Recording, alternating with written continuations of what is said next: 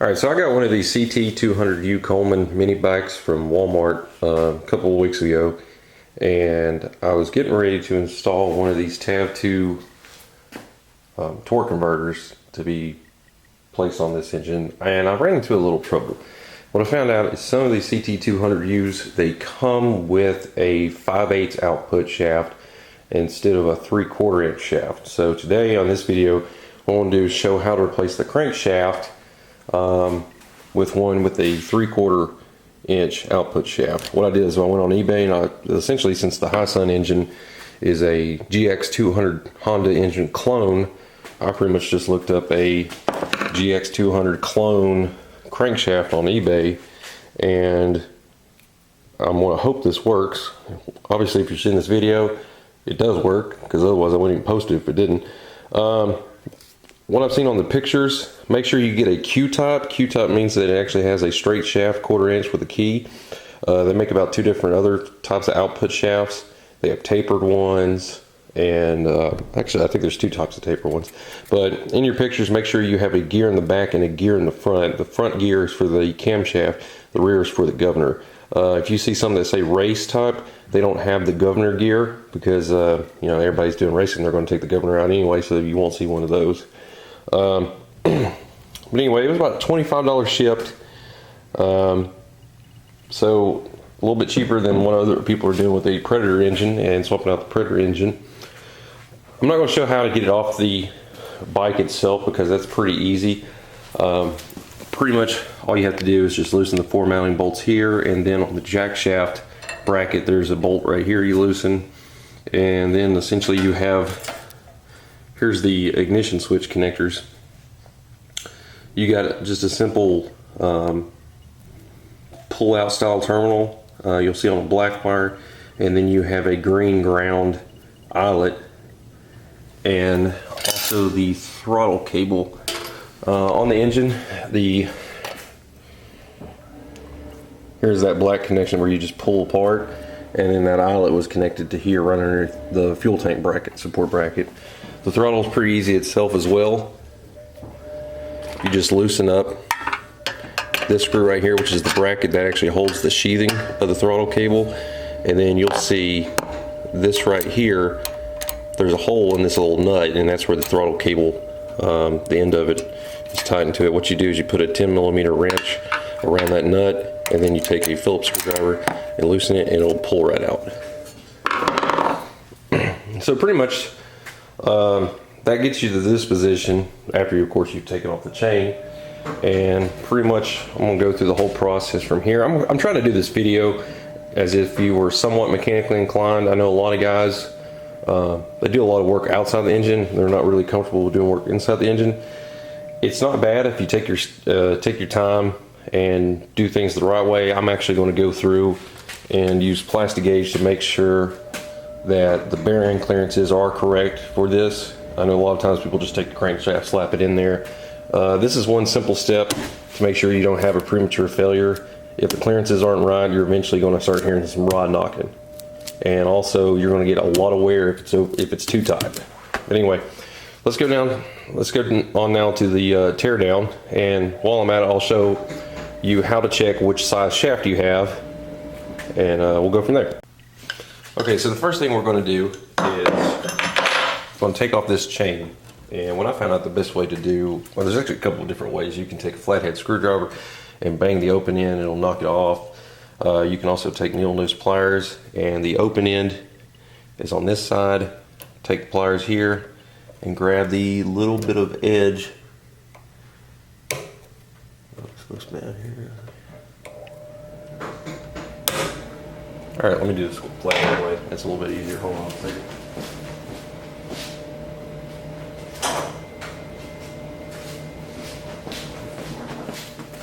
It's actually easier using needle nose to get it on than it is to get it off. So get on that edge, just give it a quick smack. It also helps if you had something holding it in place.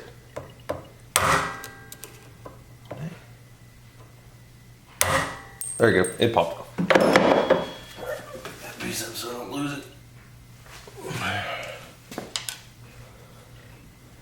Alright, so then you take the outer link off, and then you push the master link away. And your hands are going to get greasy at this point.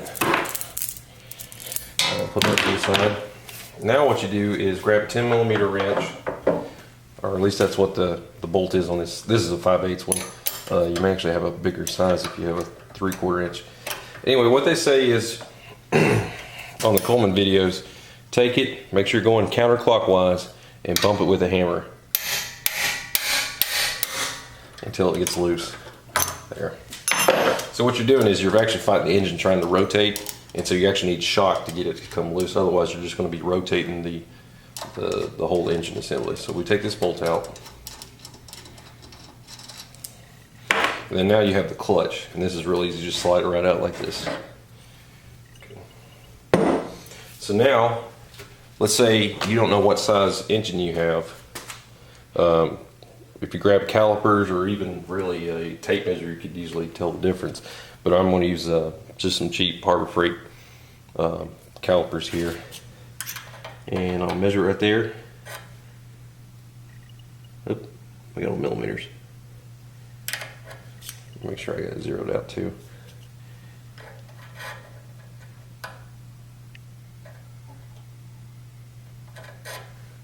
So I got about 0.631. It should be about 0.625. Well, anyway, that's 5/8. If you look here at the new shaft, I got like points. Man, these calipers are cheap. Oh, I got 0.75. So you'll see 0.75 if you got a 3/4 inch shaft. Next thing you do is remove the jack shaft plate assembly. You got 10mm bolts here. I'm going to switch to I have a Milwaukee 3/8 ratchet. Make that sure it's loose.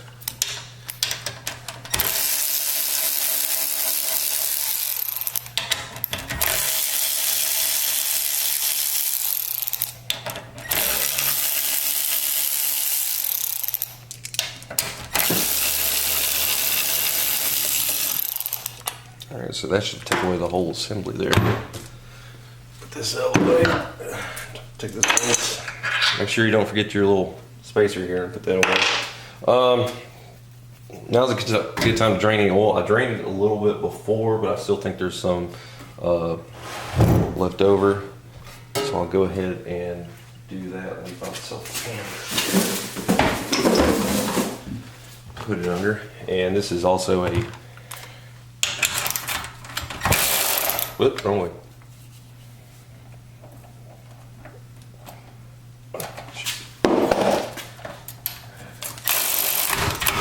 Actually loosened up the extension there.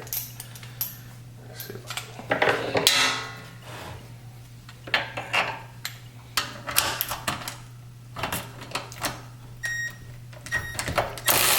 Oh crap.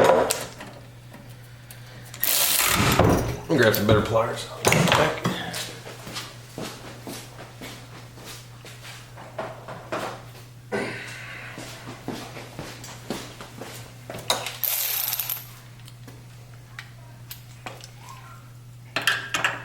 So there's two flat spots on this shaft right here that allows it to.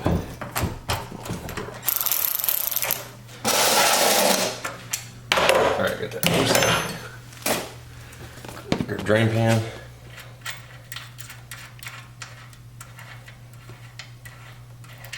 You don't actually have to take the engine off the car, the bike to do this. It's just, to me, it's a whole lot easier. And so I'm just getting a little bit out there.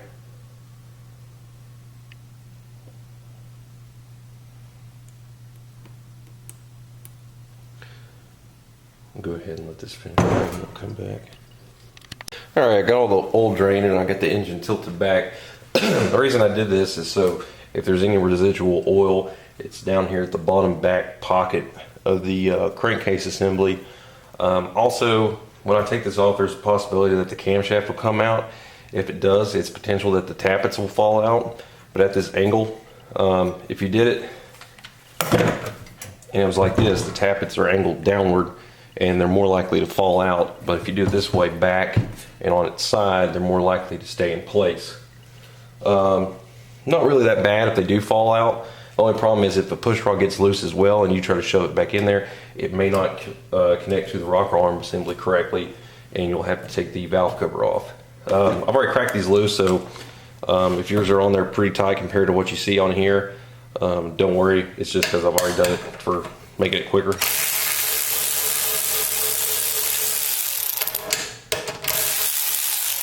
So you get a total of 6 bolts here.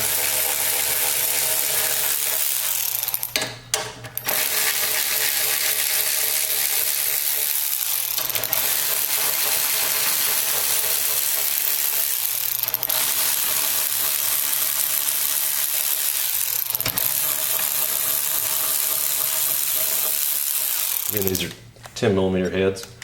Alright, now what you want to do, mine's a fairly new engine, so if you are attempting to do this, you may want to go ahead and get a new gasket for this, because there is a potential for it to rip if it's been used for a while. But since mine's only about 2 weeks old, and I've also already cracked it open a few weeks ago looking at another issue, if you don't want it to tear, you can decrease the chances by just doing this super slow, just kind of wiggling the case back and forth very slowly. Also, you don't want to rip this oil seal that's around the crankshaft. So I'm just wiggling it back and forth and putting a little bit of force towards the camera right here. And like I said, just take your time and it'll slowly come. So I got lucky and didn't take the crankshaft with it.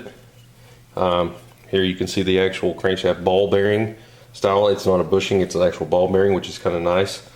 Put this away. And so here you can see the crankshaft assembly right here. The best thing to do is to, well, you don't necessarily have to do it, but if I do, as long as I don't forget, I'll say it again. But make sure when you put these gears back together, you can probably see it. Let me zoom in here a little bit. Make sure these dots match up. See how this dot with the V matches up with the dot on the crank? These need to line up. That's how you know the camshaft is in time with the crankshaft. Alright, so we're going to try to pull this out. So that came out pretty easy. There's the tappets I was talking about. These will actually fall out if you let them, but because it's angled back, they shouldn't. Go ahead and get some shop towels laid out so you put your parts over to the side. Alright, so next thing to do is we got to unbolt the crankshaft rod bearing here. Hold on. One thing I want to do, I'm going to take the spark plug out because it makes it a whole lot easier to twist this thing when there's no compression. So that's pretty easy. Just pull the spark plug boot off, put a wrench on it, and remove it. And I'll be right back. Alright, got the spark plug out, and it makes it a whole lot easier to rotate this. I got the crankshaft in position now. This right here is the oil splasher. I'm trying to get it where it's as far down as possible. It gives you clearance here for your ratchet to get in there and get access to those bolts. 10mm, by the way. These are actually not on there very tight. According to the GX200 specs, it is only about 9 foot-pounds that you torque these to, so not very much torque on these at all. So I've already cracked these loose, taking these out, and what we'll do is we'll get this crankshaft out, and just for an insanity check, we will, I don't have micrometers, but while using that caliper, I'll see if we still have the same crankshaft journal size to make sure there's not an issue, preliminary issue with checking the clearances.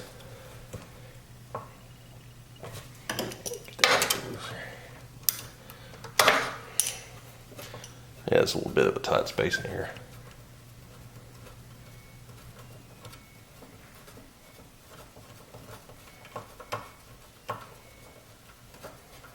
And do not over tighten these when it comes time to do it, because these are only 7mm thread bolts.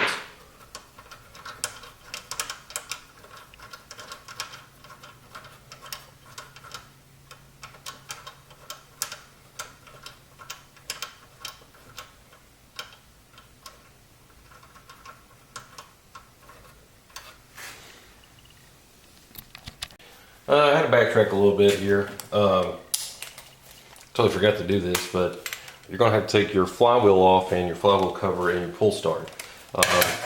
These are 8mm bolts. There's only 3 for pull start.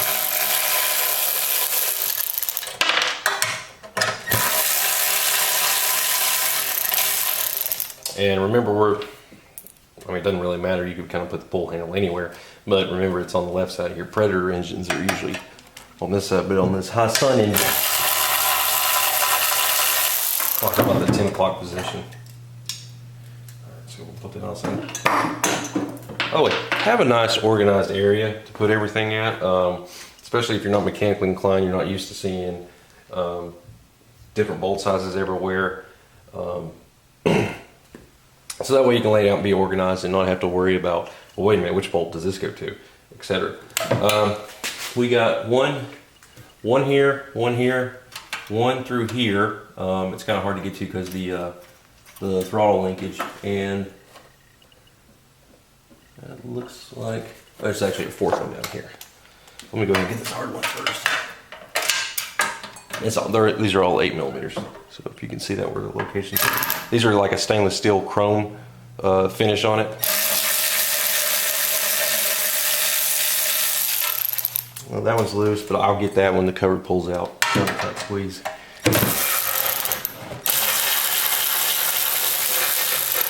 We'll start there. There's one down here.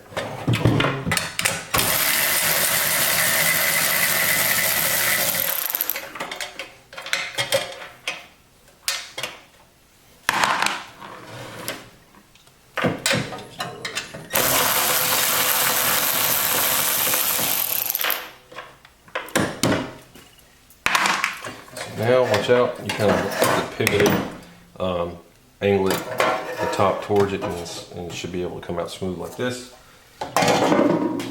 So now you got the flywheel.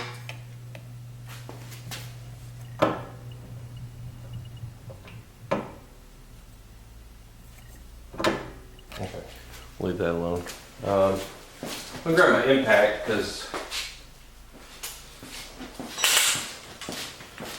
this, I'm using a, let's see, am I using it? Nope, wrong size. I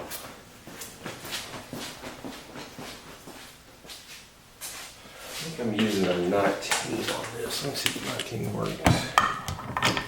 Alright, I'm kind of hold around this color right here. Alright, we're already loose. You can't get it off, you just need to figure out a way to kind of brace this.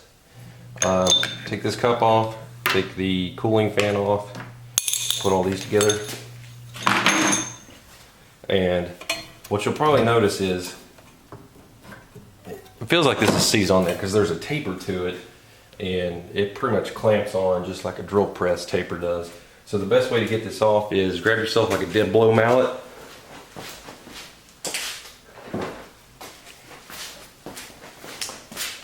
and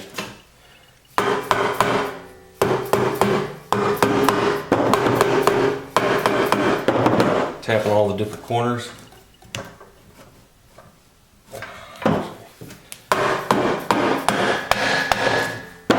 I'll move there. So there you go. That comes off pretty easy. You don't need an actual puller for that. Put that back there. Now I'm going to go back into the engine and show you removing the actual crankshaft. Yeah, sorry I'm out of order here. I'm kind of doing it on the fly. Good. That's what I had. Yeah, let's see if we're still getting some coming out. Put that there. I'm gonna remove the case. Put this back in place just so the cam lifter tappets wouldn't come out. Take the camshaft out again. Of course, I may edit this to show a better order here. What the heck did I do?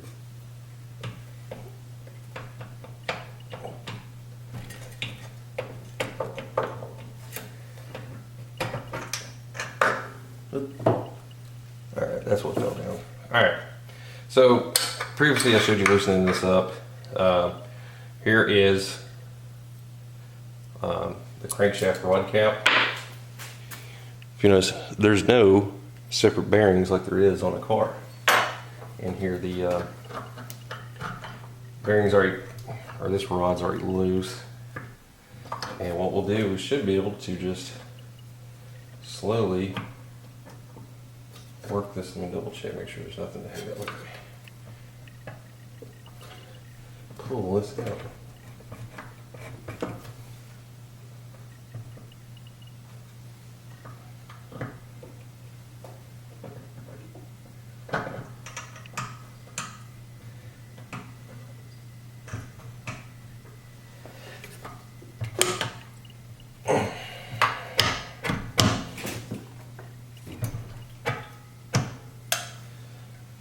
Probably shouldn't do it. I'm going to tap the backside a little bit.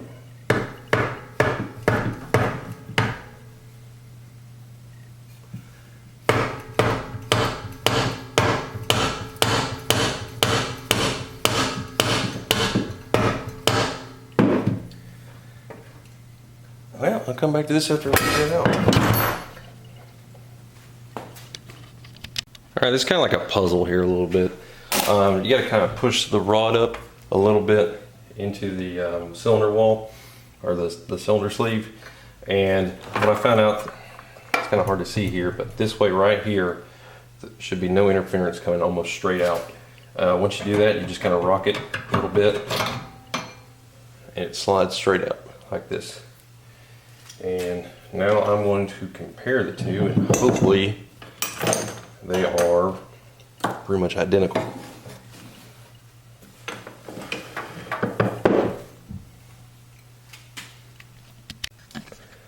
Alright, here's the two here. I'm checking out over everything. I've measured both the journals with just the caliper, and they are showing about 30 millimeters on both crankshaft or rod journals. Everything else seems to be identical. Next thing to do is put it in there and do some plastic gauging, and hopefully my clearances are correct. I think the clearances should be 3/1000ths of an inch plus or minus 0.0005, so anywhere between 0.0025 and 0.0035 should be what we're looking for. And I'm gonna go ahead and put the 3/4 inch back in the same way I did it earlier. Hopefully it doesn't give me so much problem. Let me go ahead and get some well, I need to take it back out anyway here in a little bit. Let me kind of straighten up this rod. This rod's a little bit cocked, so just there we go. You should be able to twist pretty easy. Alright, make sure you grab the right crankshaft, otherwise this whole job would be pain in the butt if you go one back in. Alright, so just kind of lining that up.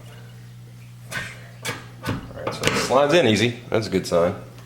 And what I'm going to do is try to get this rod in onto the journal, and be very careful because you do not want to scuff it up. That feels like that works. What I'm going to do is, let's see, I'm going to try to attach it and then bring it down to a position where it's easier to work with, where I can use the actual plastic gauge. I'm going to try to attach it up here towards the top where it's at, so that way when I crank it, it'll pull the rod back out.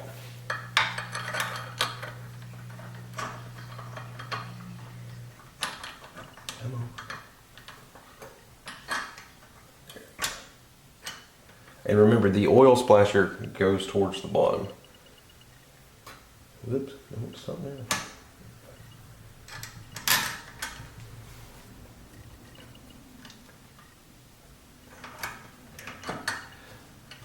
Hopefully you don't have fat fingers. That can actually make it a pain in the butt. Because these small engines, they don't give you much room to work with. Pretty much like doing a like dropping an oil pan on a car with the engine still in the vehicle, trying to replace these bearings. You don't get much space.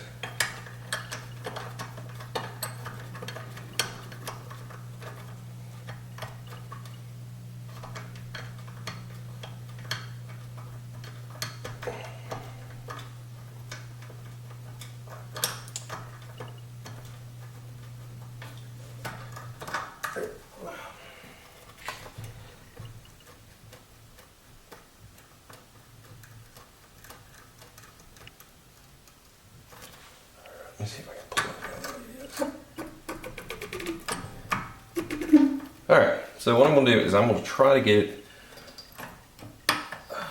about right there. So the only thing I did, I just put that bolt in there again just to allow me to pull that rod down into the correct position. So now I'm going to take this cap out. I'm going to get a piece of plastic gauge. We'll lay it across the bearing surface and we'll torque it down to spec and we'll see what our clearance is. Hopefully it's right. If not, I may just run it anyway.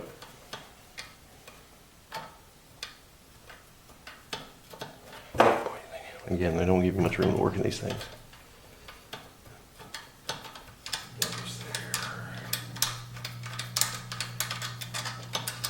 There. So now I'll take the cap, kind of break that loose, and so I need a piece of plastic gauge approximately that size. The ones I bought these at AutoZone. They're about $5. Hold on to them because you never know when you're going to need them again. So I'm going to go with red is from 0.051 to 0.152 millimeters, or I'm sorry, let's go to thousands. Let me open it up because you can't really see the millimeters are on one side. And,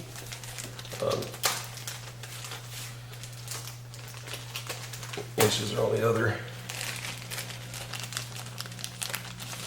Alright, so the red, by the way, the part number on the plastic gauge is SPR, where is that at? Focus. SPGR-1.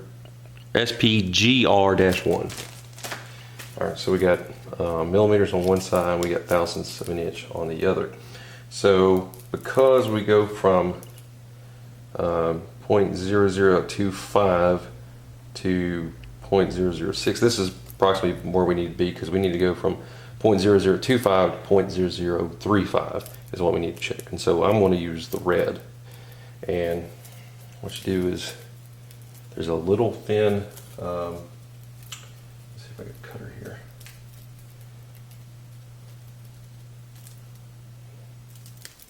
Sometimes this thing's a little bit hard to work with. So anyway, you got to open it up like it's a flap right there.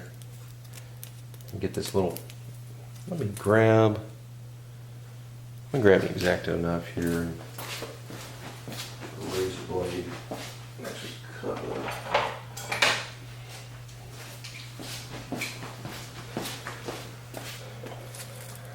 one. Alright, again, try to pick about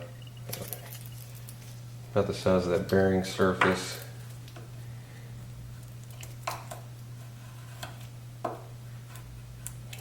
Okay. So I cut this size, and there's going to be like red, real small, if I can open it up without dropping it, piece of plastic rod. I mean, this thing is tiny. If you've never used this before, it's a good learning experience. Anyway, that's what it looks like. And so what you do is, let me see if I can get oil or... Okay, so there's a little bit of oil on here, so it may stick better.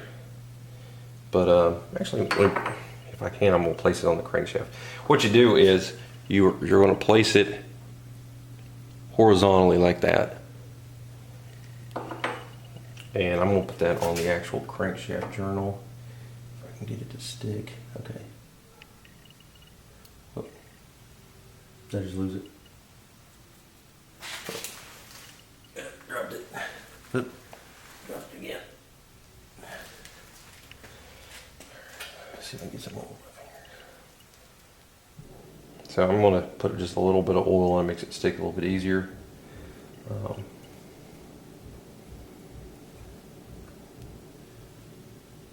Yeah. See, the problem is these things are so tiny, it's hard to mess with.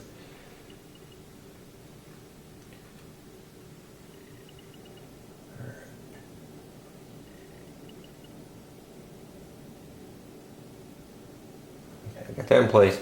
Now what you want to do is you want to put this cap on and hopefully don't disturb it that much, because what you're going to do is you're going to torque this and it's going to crush that piece of plastic.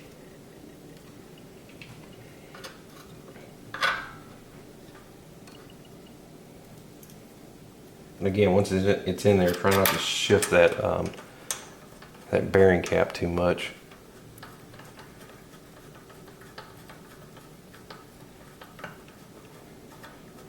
Again, you don't have to really do this, but this is the correct method of doing this.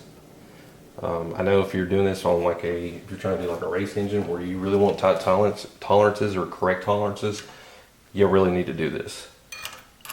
I know most guys, small engines, not like your everyday daily driver. You don't. I feel like people don't take care of small engines as well as they do their own car. But anyway, where's my torque wrench? All right, got my torque wrench over there. Hopefully I got enough room here to operate it. If you don't have a torque wrench, go down to Harbor Freight, look online, find yourself a coupon for 10 bucks. I actually took it to a calibration place just to have them check it out, and it actually did come from Harbor Freight in a pretty good it was calibrated to spec.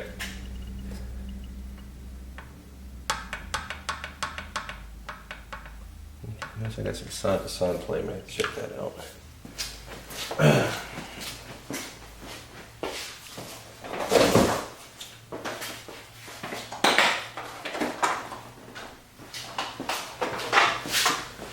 All right, this needs to go to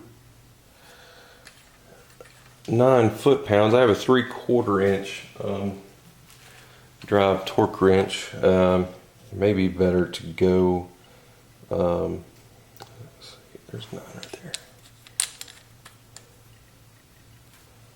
to a 1/4 inch drive and multiply 9 times 12, which gets you 108, which actually, I'm gonna do that.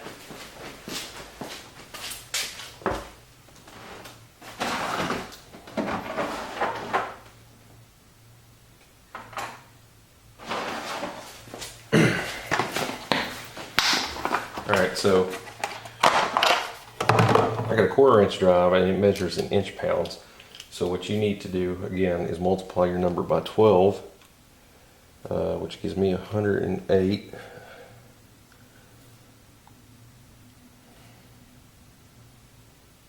can't really see.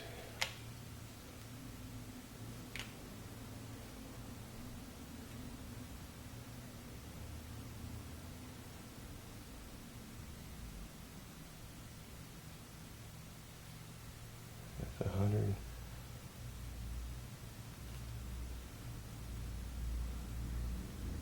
108, okay. And just keep going back and forth when you're tightening it.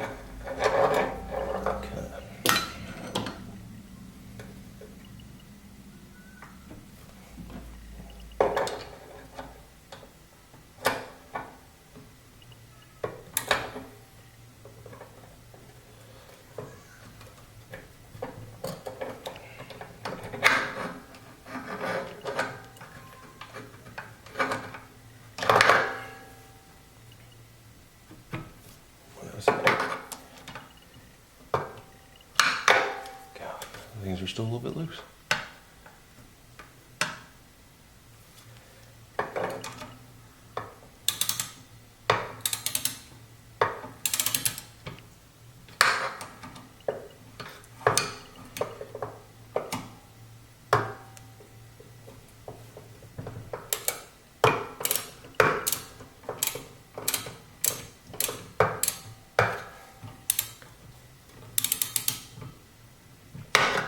Snug.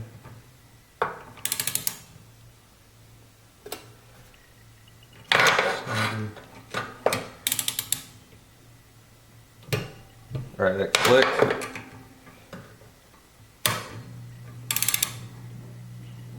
All right, that clicked. So now what I do is I take it apart.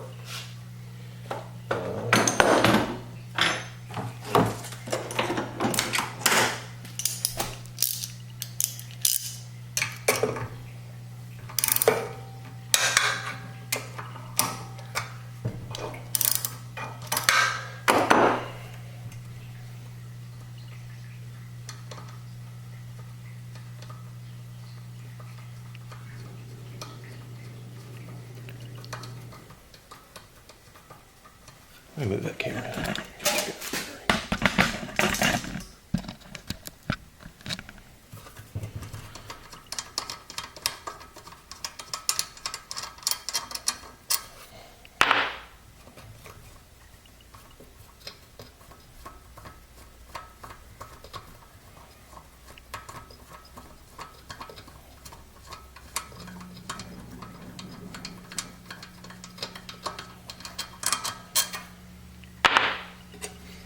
Alright, now I'm going to take that cap off. It looks like I got a pretty good smear. I got some on the, if you can see that little smear on it. Roll this out of the way here.